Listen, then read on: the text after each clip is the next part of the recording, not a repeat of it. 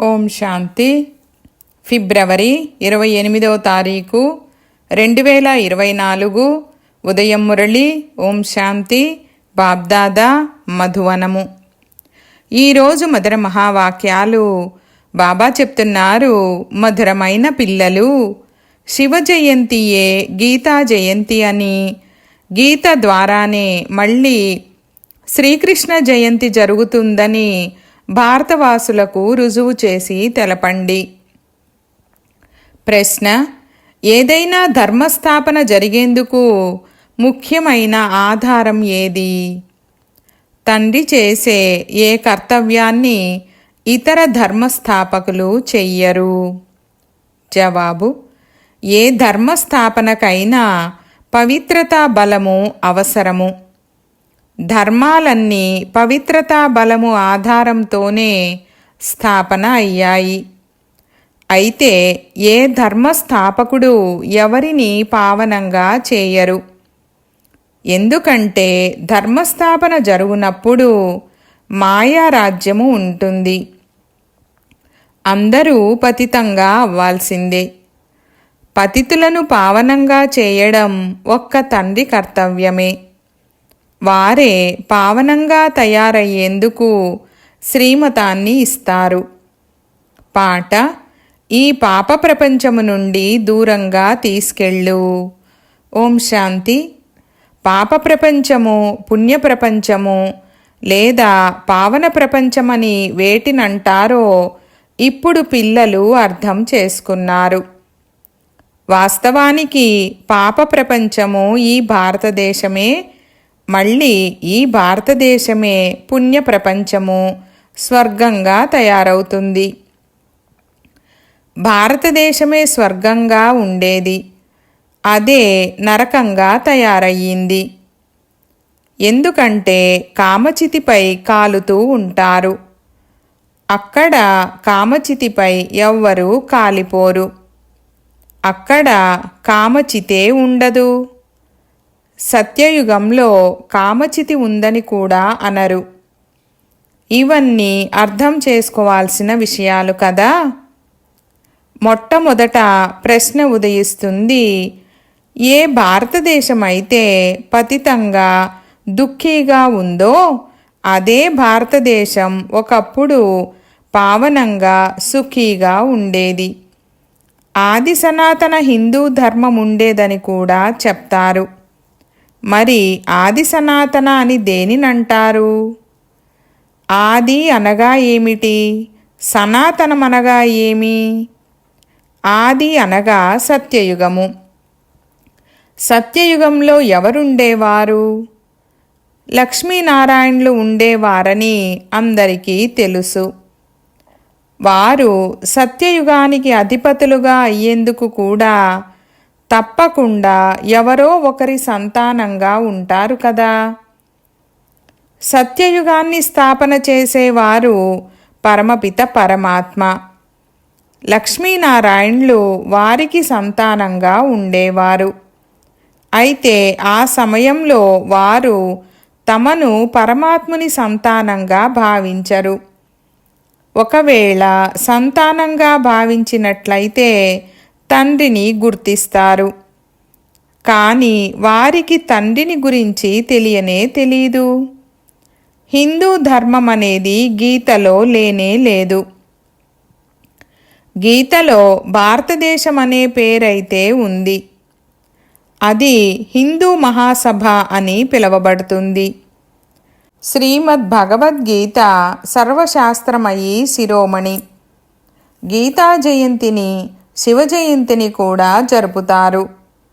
అయితే ఇప్పుడు శివ జయంతి ఎప్పుడు జరిగిందో కూడా తెలియాలి కదా.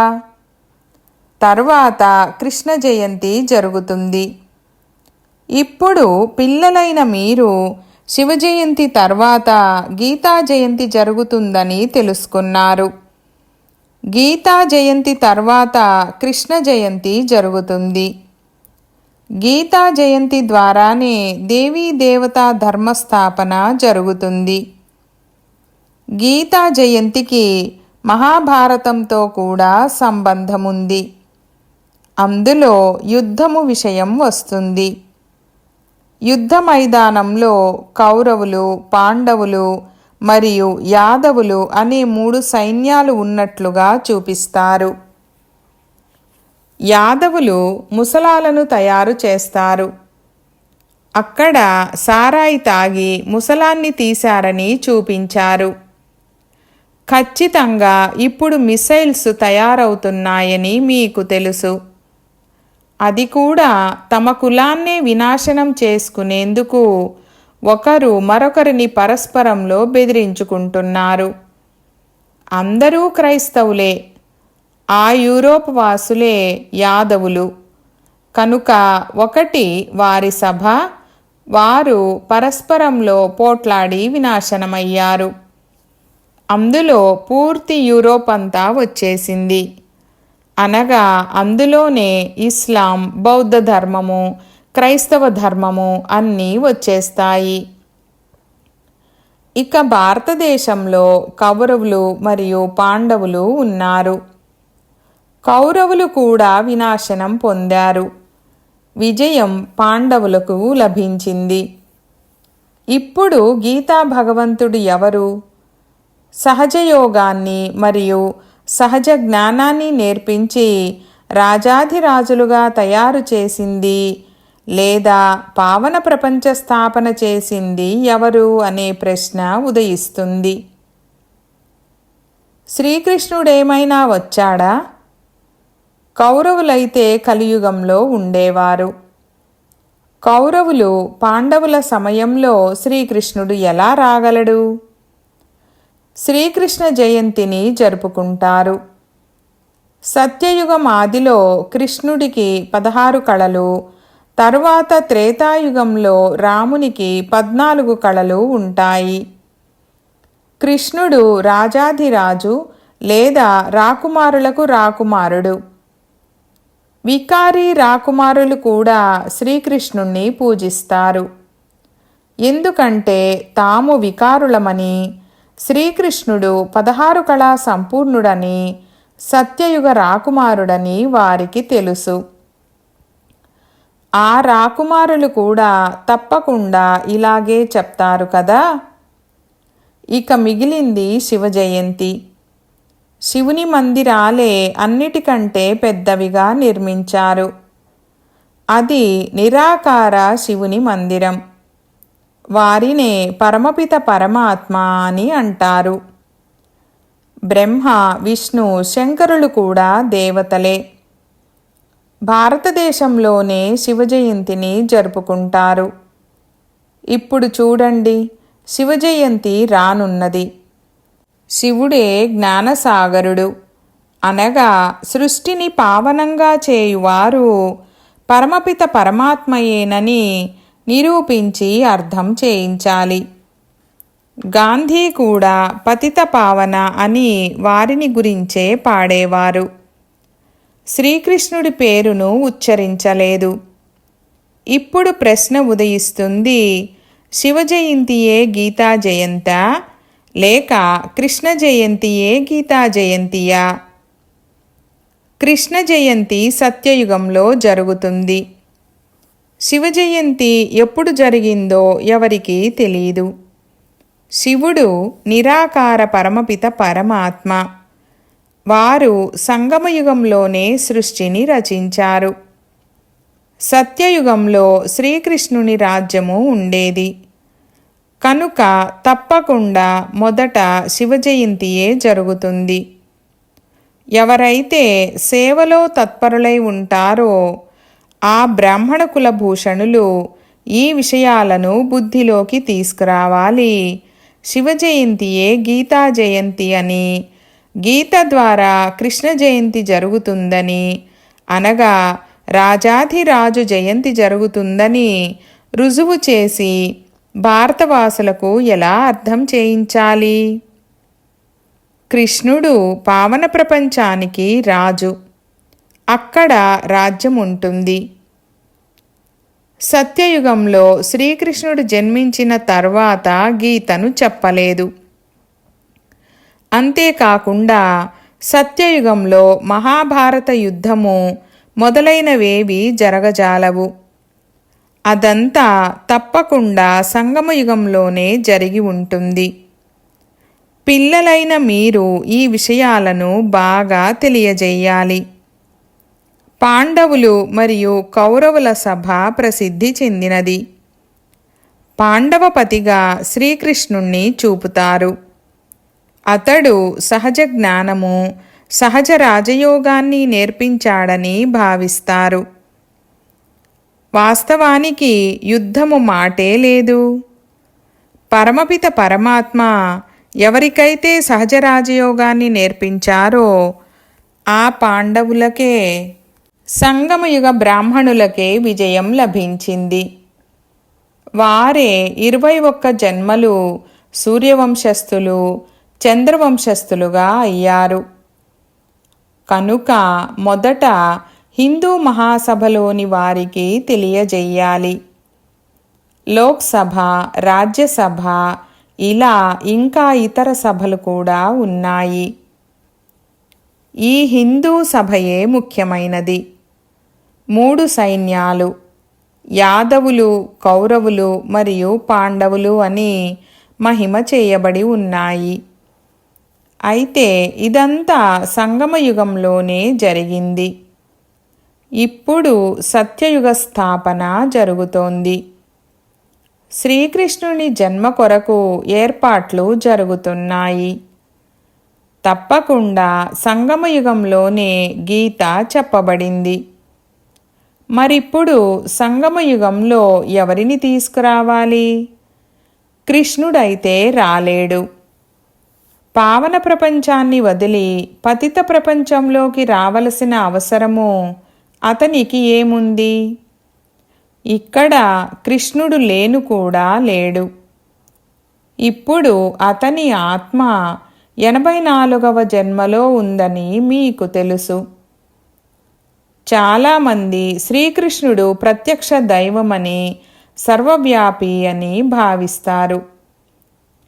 కృష్ణుడి భక్తులు అంతటా కృష్ణుడే కృష్ణుడు ఉన్నాడని అంటారు. కృష్ణుడు ఈ రూపాన్ని ధరించారని చెప్తారు. రాధ భక్తులు ఎక్కడ చూసినా రాధే రాధ ఉందని, నేను కూడా రాధ, మీరు కూడా రాధ అని అంటారు. ఇలా అనేక మతాలు వెలువడ్డాయి.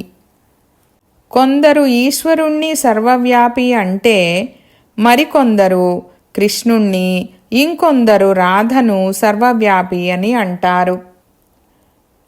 ఇప్పుడు తండ్రి తన పిల్లలైన మీకు అర్థం చేయిస్తున్నారు. తండ్రి వరల్డ్ ఆల్మైటీ అథారిటీ. కనుక పిల్లలైన మీకు కూడా వారందరికీ ఎలా తెలియజేయాలనే అథారిటీని ఇస్తున్నారు. హిందూ మహాసభ వారికి అర్థం చేయించండి. వారు ఈ విషయాలను అర్థం చేసుకోగలరు. వారు తమను ధార్మిక చింతన గలవారిగా భావిస్తారు. ప్రభుత్వమైతే ఏ ధర్మాన్ని అంగీకరించదు. స్వయం వారే తికమక చెంది ఉన్నారు.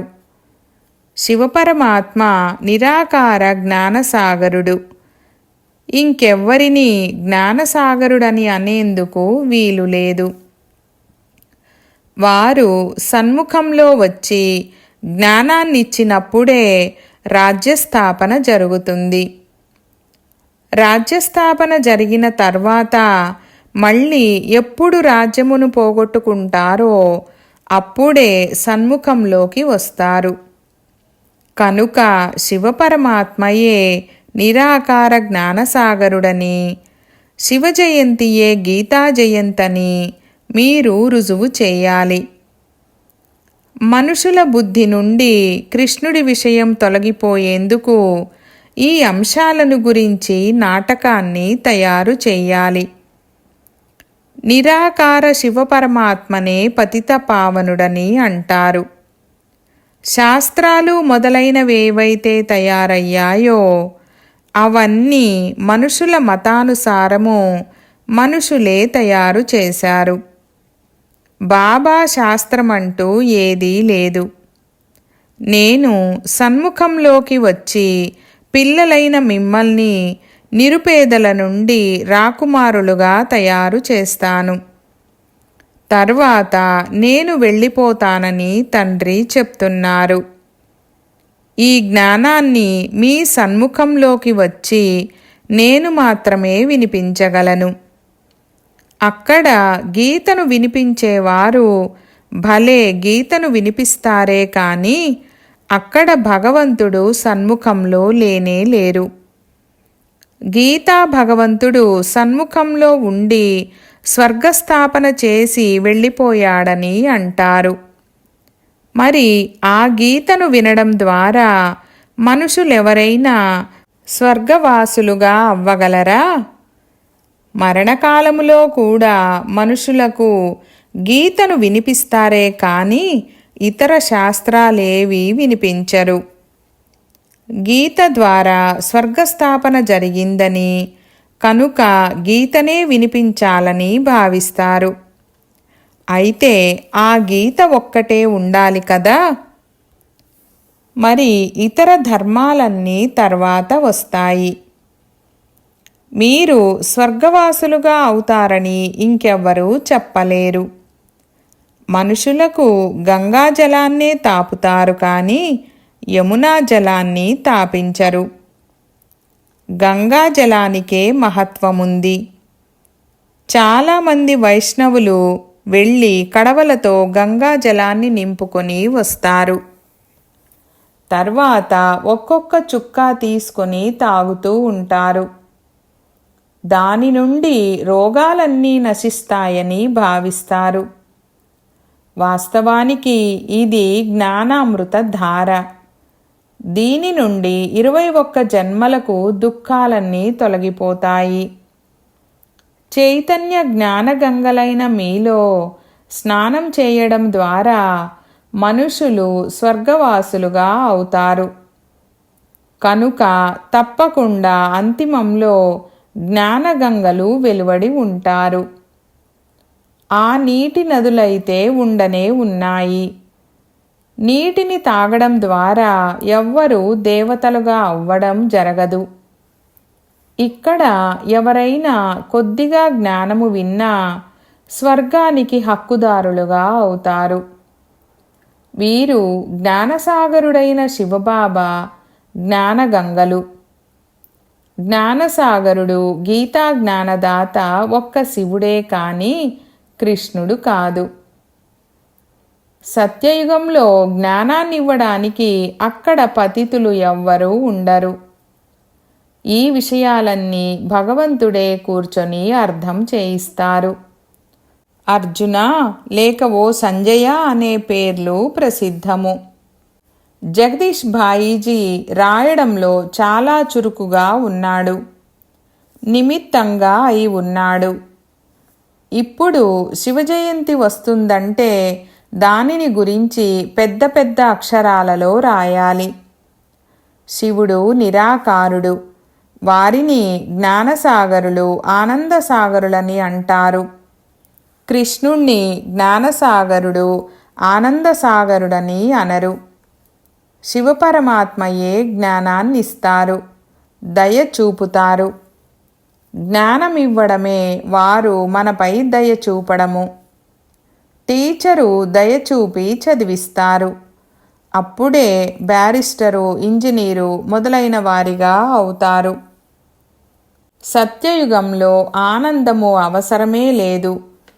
కనుక మొట్టమొదట నిరాకార జ్ఞానసాగరుడైన శివ జయంతియే గీతా జయంతియా లేక సత్యయుగి సాకార కృష్ణ జయంతియే గీతా జయంతియా అనునది రుజువు చేయాలి. దీనిని పిల్లలైన మీరు రుజువు చేయాలి. దేవదూతలు మొదలైన వారు ఎవరు వచ్చినా వారు పావనంగా చేయరని మీకు తెలుసు. ద్వాపరయుగము నుండి మాయారాజ్యము ప్రారంభమవ్వడం వలన అందరూ పతితులుగా అయిపోతారు. తర్వాత విసిగిపోయినప్పుడు పరంధామము ఇంటికి వెళ్ళాలని కోరుకుంటారు. ఏ ఏ ధర్మాలు స్థాపన అవుతాయో అవి తర్వాత వృద్ధి చెందుతాయి. పవిత్రతా బలము ద్వారా ధర్మస్థాపన చేస్తారు. తర్వాత అపవిత్రము అవ్వాల్సిందే. ముఖ్యమైనవి 4 ధర్మాలు. వీటి నుండే వృద్ధి జరుగుతుంది. తర్వాత కొమ్మలు రెమ్మలు వెలువడతాయి. శివజయంతి, గీతా జయంతి రుజువైనట్లయితే మిగిలిన శాస్త్రాలన్నీ విలువ లేకుండా పోతాయి. ఎందుకంటే అవన్నీ మనుషుల ద్వారా తయారు చేయబడినవి. వాస్తవానికి భారతదేశ శాస్త్రము ఒక్క గీతనే. అత్యంత ప్రియమైన తండ్రి ఎంతో సహజం చేసి అర్థం చేయిస్తారు. వారిది అత్యంత శ్రేష్టమైన మతము. నిరాకార జ్ఞానసాగరుని జయంతియే గీతా జయంతి అవుతుందా, లేక సత్యయుగ సాకార శ్రీకృష్ణ జయంతియే గీతా జయంతి అవుతుందా అని మీరిప్పుడు రుజువు చెయ్యాలి. దాని కొరకు పెద్ద కాన్ఫరెన్స్ ఏర్పాటు చెయ్యాలి. ఈ విషయం రుజువైనట్లయితే ఇక పండితులందరూ వచ్చి మీ నుండి ఈ లక్ష్యాన్ని తీసుకుంటారు. శివజయంతి సందర్భంలో ఏమైనా చెయ్యాలి కదా. హిందూ మహాసభ వారికి తెలియజేయండి. వారిది పెద్ద సంస్థ. సత్యయుగంలో ఆది సనాతన దేవీ దేవతా ధర్మం ఉంటుంది. అంతేకాని సభ మొదలైనవేవీ ఉండవు. సభలు సంగమయుగంలోనే జరుగుతాయి. ఆది సనాతన సభ ఈ బ్రాహ్మణులది, పాండవులది అనే విషయాన్ని మొట్టమొదట రుజువు చెయ్యాలి. పాండవులే విజయాన్ని పొంది తర్వాత స్వర్గవాసులయ్యారు. ఇప్పుడు ఆది సనాతన దేవీ దేవతల సభ అని ఎవ్వరూ అనజాలరు. దేవతల సభ అని అనరు. ఎందుకంటే అది సామ్రాజ్యం. కల్పము యొక్క సంగమయుగంలోనే ఈ సభలు జరిగాయి. అందులో ఒకటి పాండవుల సభ. దానినే ఆది సనాతన బ్రాహ్మణుల సభ అని అంటారు. దీనిని గురించి ఎవరికీ తెలీదు. కృష్ణుడి పేరుతో బ్రాహ్మణులు ఎవ్వరూ లేరు. బ్రాహ్మణుల శిఖరము బ్రహ్మ పేరుతోనే ఉంది. బ్రహ్మ పేరుతో మీరు బ్రాహ్మణుల సభ అని అంటారు. ఈ విషయాలను అర్థం చేయించేందుకు వివేకవంతులు అవసరము. వారిలో జ్ఞాన పరాకాష్ఠ ఉండాలి. నిరాకార శివుడే గీతా జ్ఞానదాత, దివ్యచక్షు విధాత. ఇవన్నీ ధారణ చేసి కాన్ఫరెన్స్లకు పిలుస్తారు. ఎవరైతే బాబా పిల్లలు రుజువు చేసి తెలియచేయగలమని భావిస్తారో వారందరూ పరస్పరము కలవాలి. యుద్ధ మైదానంలో మేజర్లు, కమాండర్లు మొదలైన వారి సభ జరుగుతుంది. ఇక్కడ మహారథిని కమాండర్ అని అంటారు. బాబా క్రియేటర్, డైరెక్టర్. వారు స్వర్గాన్ని రచిస్తారు. మహాసభను ఏర్పాటు చేసి ఈ విషయాన్ని గూర్చి చర్చించమని ఆదేశమునిస్తారు. గీతా భగవంతుడు రుజువైన తర్వాత వారితో యోగాన్ని జోడించాలని అందరూ అంగీకరిస్తారు. బాబా చెప్తున్నారు, నేను మార్గదర్శకుడనై వచ్చాను. అయితే మీరు నా జతలో ఎగిరేందుకు యోగ్యులుగా అవ్వండి. మాయ మీ రెక్కలను విరిచేసింది. యోగము జోడించడం ద్వారా మీ ఆత్మ పవిత్రమై ఎగురుతుంది. मीठे मीठे सिकीलधे बच्चों प्रति माता पिता बाप दादा का याद प्यार और गुड मॉर्निंग। रूहानी बाप की रूहानी बच्चों को नमस्ते। हम रूहानी बच्चों की रूहानी बाप दादा को याद प्यार, गुड मॉर्निंग और నమస్తే నమస్తే బాబా నమస్తే. ధారణ కొరకు ముఖ్య సారము. 1వ పాయింట్, జ్ఞానామృత ధారతో అందరినీ నిరోగులుగా లేక స్వర్గవాసులుగా చేసే సేవను చెయ్యాలి. మనుషులను దేవతలుగా చెయ్యాలి. తండ్రి సమానము దయాహృదయులుగా అవ్వాలి. 2వ పాయింట్, జ్ఞాన పరాకాష్ఠ ద్వారా వివేకవంతులై శివజయంతి నాడు శివజయంతియే గీతా జయంతని, గీతా జ్ఞానము ద్వారానే శ్రీకృష్ణుడు జన్మిస్తాడని నిరూపించాలి. వరదానము: దినచర్య యొక్క ప్రతి కర్మలో యథార్థంగా మరియు యోగయుక్తంగా నడిచే పూజ్య పవిత్ర ఆత్మ భవ. వివరణ: పూజ్య పవిత్ర ఆత్మ యొక్క గుర్తు వారి ప్రతి సంకల్పము, మాట, కర్మ మరియు స్వప్నము యథార్థము అనగా యుక్తియుక్తంగా ఉంటుంది. ప్రతి సంకల్పములో అర్థము ఉంటుంది. ఊరకే అలా అనేశాను, మాట వచ్చేసింది, చేసేశాను, అయిపోయిందని అనరాదు. పవిత్ర ఆత్మ సదా దినచర్యలోని ప్రతి కర్మలో యథార్థంగా యుక్తియుక్తంగా ఉంటుంది. అందువలన పూజ కూడా వారి ప్రతి కర్మకు ఉంటుంది, అనగా పూర్తి దినచర్యకు పూజ ఉంటుంది. లేచినప్పటి నుండి నిద్రించునంత వరకు రకరకాల కర్మలకు దర్శనం ఉంటుంది. స్లోగన్: సూర్యవంశీయులుగా అవ్వాలంటే సదా విజయీ స్థితి మరియు ఏకరస స్థితిని తయారు చేసుకోండి. ఓం శాంతి.